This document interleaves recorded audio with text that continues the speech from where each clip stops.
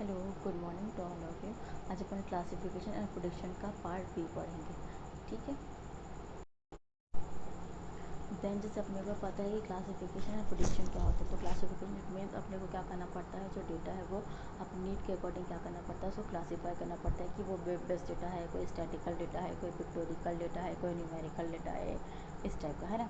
और प्रेडिक्शन मतलब क्या करते हैं अपन, उसका एक प्रेडिक्शन उसकी उस डेटाबेस को लेके एक अपन क्या करते हैं, प्रेडिक्ट करते हैं। देन उसके अकॉर्डिंग अपन क्या करते हैं, उसका डेटा वेयर हाउस में से उसको क्या करते हैं, बाइफरकेट करते हैं, है ना। तो यहाँ पे क्या है, किसका क्लासिफिकेशन और प्रेडिक्शन के कुछ मेथड होते हैं, उनका अपन यहाँ पे क्या पढ़ेंगे, कंपैरिजन। ठीक है।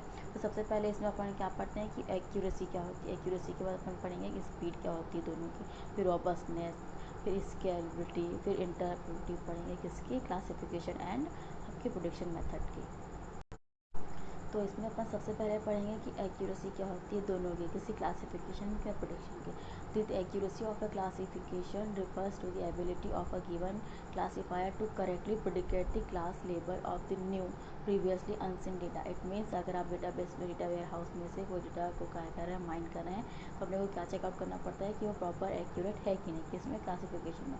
देन प्रिडिक्शन में ये सेम चीज़ क्या होता है, how well a given predictor can gas the value of predict attribute for a new previously unseen data. It means यहाँ पे क्या आता है, ये क्लासिफिकेशन में अपने पास क्या होता है, डेटा को अपन प्रॉपरली सीन कर सकते हैं। लेकिन प्रिडिक्शन में अपन क्या लगाते हैं, उसका एक प्रिडिक्शन लेके चलते हैं कि अगर अपन डेटा जो इस टाइप का बाइफरकेट करेंगे तो अपने को भविष्य में किस टाइप का वो क्या करेगा, अपने को इस टाइप के लिए वो क्या होगा, वैल्यूबल होगा वो उस टाइप का डेटा। तो यहाँ पे क्या हो गया, एक्यूरेसी किसके लिए, प्रिडिक्शन एंड क्लासिफिकेशन दोनों के लिए डिफरेंट है। देन अपन यहाँ पे पढ़ेंगे स्पीड। स्पीड कैसे मैटर करती है क्लासिफिकेशन और प्रेडिक्शन में, है ना। This refers to the computational cost involve in generating and using the given classifier और प्रिडिक्टर। इट मीन्स जैसे अपन क्या करें, डेटा वेयर हाउस में कोई डेटा क्या करें, क्लासीफाइड करें, है ना, या क्या करें, प्रिडिक्शन के थ्रू अपन क्या करें, उसका प्रिडिक्शन निकालें, है ना। तो क्या करते हैं, उसमें अपने को एक स्पीड चेक आउट करनी पड़ती है। स्पीड किसकी चेकआउट करते हैं, अपन कंप्यूटेशनल, उसकी कॉस्ट की, कि वो कितने टाइम पे क्या होगा, मतलब उसका जो उसका अपन जो क्या करेंगे, कंप्यूटेशन करेंगे, तो उसकी स्पीड कितनी होगी। प्रिडिक्शन में और क्लासिफिकेशन दोनों में स्पीड क्या होती है, अलग अलग मैटर करती है। तो यहाँ पे स्पीड क्या करेगा, दोनों का क्या करेगा, कंप्यूटेशनल क्या करेगा, कंप्यूटेशन कॉस्ट आइडेंटिफाई करेगा, किसका, क्लासिफिकेशन और प्रेडिक्शन बोथ का। देन अपन पढ़ेंगे रॉबस्टनेस क्या होती है। रॉबस्टनेस किस में, क्लासिफिकेशन और प्रेडिक्शन दोनों में, है ना। तो this is the ability of the classifier और predictor to make correct prediction. Correct prediction it means अगर आप उसका क्या करें, प्रिडिक्शन निकालें, तो वह क्या होना चाहिए, प्रॉपरली करेक्ट होना चाहिए। इट मीन्स उसमें कोई नॉइजी डेटा नहीं होना चाहिए, कोई अनवांटेड डेटा नहीं होना चाहिए, कोई इसमें मिसिंग वैल्यू भी नहीं होना चाहिए, है ना। जब अपन लोग क्लासिफिकेशन पढ़े थे तो अपन मेथड पढ़े थे ना, क्लासिफिकेशन के कैसे कैसे मेथड्स अपन देखते हैं, उसमें कोई कोरिलेशन नहीं होना चाहिए, उसमें कोई एसोसिएशन नहीं होना चाहिए। अगर किसी में कोरिलेशन है, एसोसिएशन है, तो अपने को क्या करना पड़ता है, उसका माइनिंग करने का जो प्रोसेस है वो डिफरेंट होता है। क्यों, क्योंकि कोरिलेशन में क्या होता है, मल्टीपल जो चीज़ें हैं एक दूसरे से कनेक्टेड रहती है। सेम चीज़ एसोसिएशन में भी होता है कि वो कितना एसोसिएटेड है किसी और डेटाबेस के साथ या किसी और आपके एट्रीब्यूट के साथ, तो ये अपने को क्या करना पड़ता है, प्रॉपरली चेकआउट करना पड़ता है। देन आपके बाद आता है स्केलेबिलिटी। स्केलेबिलिटी में क्या होता है, it is ability to construct the classifier और predictor efficiently given a large amount of data. अगर आप किसी large amount of data, it means अगर आप कोई डेटा वेयर हाउस में से कोई डेटा बाइफरकेट कर रहे हैं, तो उसमें क्या होना चाहिए, अपने पास रॉबस्टनेस होनी चाहिए और स्केलेबिलिटी का जो फैक्टर है वो दोनों में होना चाहिए। देन अपन पढ़ेंगे इंटरप्रेटेबिलिटी। इंटरप्रेटेबिलिटी मीन्स क्या होती है, अंडरस्टैंडिंग होती है किसी पैटर्न की, क्लासीफायर और प्रेडिक्टर दोनों में, कि वो कैसे क्या करते हैं, अंडरस्टैंडिंग है किसके किसके बीच में, या प्रेडिक्शन और क्लासिफिकेशन के बीच में। इंटरप्रेटेबिलिटी जो होती है वो क्या होती है, मोर डिफ़िकल्ट है किसके लिए, एक्सेसिबल है किसके लिए, इंटरप्रेटेबिलिटी डिफ़िकल्ट एक्सेसिंग किसके लिए है, जो आपका डेटाबेस है उसमें से। अगर आपको क्या करना है, डेटाबेस में से कोई डेटा माइन करना है, तो अपने को जो उसकी प्रॉपर जो कंपैरिजन है वो अपने को क्या करना पड़ता है, चेकआउट करना पड़ता है कि उसका क्लासिफिकेशन कैसे रहेगा और उसका सेम अपना जो अपन क्लासीफाई करके अगर कोई डेटा लेके आए हैं तो उसका प्रेडिक्शन कैसा होगा, है ना। तो ये अपने को क्या करना पड़ता है, प्रॉपरली चेकआउट करना पड़ता है। देन अपन लोग इसमें पढ़ेंगे क्लासिफिकेशन अपन किस किस मेथड से कर सकते हैं ना। तो उसमें अपन सबसे पहले मेथड पढ़ेंगे क्लासिफिकेशन बाय डिसीजन ट्री। अब डिसीजन ट्री क्या होता है, जैसे अपन लोग डेटाबेस में भी पढ़े हैं कि डिसीजन ट्री क्या होता है, सेम चीज़ यहाँ पे भी अप्लाई होता है, किसमें, डेटा माइनिंग में। तो क्या है डेटा माइनिंग में, जैसे अपन लोग क्या जैसे सी या सी प्लस में अपन पढ़ते हैं ना, डेटा फ्लो डायग्राम, है ना। तो डेटा फ्लो डायग्राम अपन क्यों बनाते हैं कि अपन उसका पहले से क्या करते हैं, प्रोडिक्शन करते हैं कि उसका फ्लो ये इस टाइप का होना चाहिए। फिर अपन क्या करते हैं, कोडिंग करते हैं, देन प्रोग्राम को रन करते हैं। सेम चीज़ यहाँ पे भी है। और डिसीजन ट्री किसके अकॉर्डिंग यहाँ पे वर्क करता है, अकॉर्डिंग टू फ्लो चार्ट, है ना। मतलब ये क्या बताता है, आपके जो क्लासिफिकेशन है उसका बेस क्या क्या है ना। तो इसमें अपन लोग क्या करते हैं, किसी भी ट्री में अपन क्या देखते हैं, नोड देखते हैं। नोड एंड क्या होती है, उसकी वर्टेक्सेस होती है ना। तो यहाँ पे अपन नोड को किससे डिफाइन करते हैं, एंड नॉट से डिफाइन करते हैं। Each branch represent the outcome of the test. क्या करते हैं, अगर जो ब्रांच है आपको क्या स्पेसिफाई करती है कि आपका जो आउटकम होगा किसका, टेस्ट का।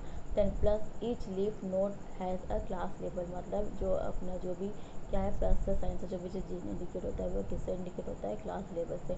The top most node is the tree is a root node, मतलब जो आपका सबसे टॉप पे जो रहता है रूट में, आपका क्या रहता है, ट्री का रूट नोड कहलाता है ना। नेक्स्ट टाइम अपन लोग देखेंगे कि एक डिसीजन ट्री कैसा होता है। Then this is the example of decision tree, है ना। तो इसमें अपन क्या देख रहे हैं, डिसीजन ट्री का एग्जाम्पल देख रहे हैं। इसमें अपन किसके अकॉर्डिंग क्लासीफाई करें, एज के अकॉर्डिंग क्लासीफाई करें, है ना। तो एज के अकॉर्डिंग भी यूथ, और अपन किस में डिफाइन करते हैं, तो मिडिल और सीनियर में डिफाइन करते हैं, मतलब 3 कैटेगरी में डिफाइन किए हैं। तो यहाँ पे जो आपका एज है जो क्वेश्चन में आकर आते हैं, आपका क्या है, रूट नोड है। देन उसके पास जो भी है वो क्या है, उसके चाइल्ड नोड है ना। तो एक क्या होता है, एक ट्री भी क्या होता है, एक टाइप का डिसीजन ट्री भी क्या होता है, आपको एक आइडेंटिफाई करवाता है, क्लासीफाई करवाता है, किसके लिए, एक पैटर्न के लिए। तो ये क्या हो गया, आपका डिसीजन ट्री का एक एग्जाम्पल हो गया। इसके बाद अपन यहाँ पढ़ेंगे कि डिसीजन ट्री का एडवांटेजेस क्या क्या होता है ना।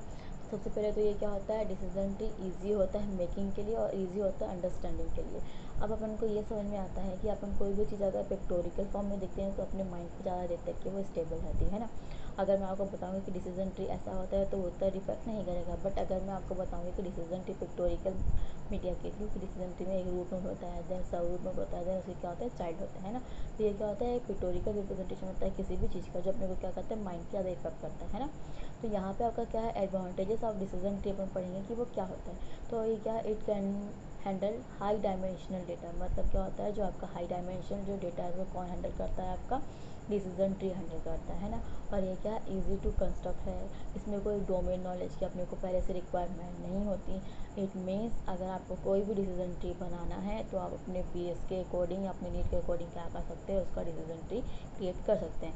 जैसे मेरे को डिसीजन ट्री क्रिएट करना है अपने किसी क्लास का, है ना। तो मैं क्या करूँगी, पहले उस क्लास का रूट नोड किसको बनाएंगे अपन लोग, जैसे लास्ट एग्जाम्पल में आप लोगों ने देखा था एज, है ना। एज को अपन कितनी भी कैटेगरी में डिवाइड कर सकते हैं। वैसे ही अगर अपने को किसी का नेम क्लासीफाई करना है या किसी डेटा वेयर हाउस में से कोई डेटा क्लासीफाई करना है, तो अपन क्या कर सकते हैं, अपने नीड के अकॉर्डिंग या अपने समझ के अकॉर्डिंग क्या कर सकते हैं, उसमें कोई भी डिसीजन ट्री आपको कर सकते हैं, कोई भी उसका डिसीजन ट्री फाइंड आउट कर सकते हैं। The learning and classification steps of decision tree induction are simple and fast. मतलब क्या होता है, जो भी आपको सिंपल होता है किसका, डिसीजन ट्री का मेकिंग, और उसमें कैलकुलेशन जो होता है वो भी सिंपल होता है। और क्या होता है, ये बहुत ही फास्ट एक्सेसिबल है ना।